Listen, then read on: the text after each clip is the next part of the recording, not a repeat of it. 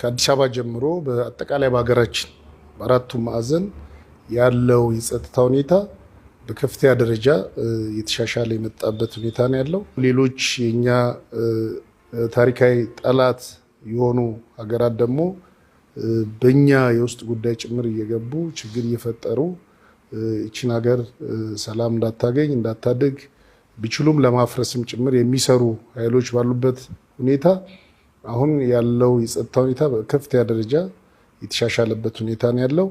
እንደ ፌዴራል ፖሊስ በሁሉም የሀገራችን ክልሎች እና በሁሉም በተለይ የፌዴራል ተቋማት ባሉበት አካባቢ ሁሉ ስምሪት ወስዶ እየሰራ ነው ያለው።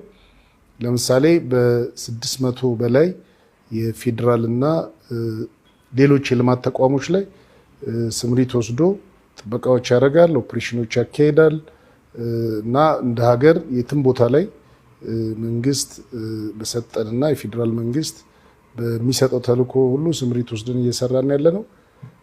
አሁን የምናየው የአጠቃላይ ሀገራችን የጸጥታ ሁኔታ በከፍተኛ ደረጃ ተሻሽሏል።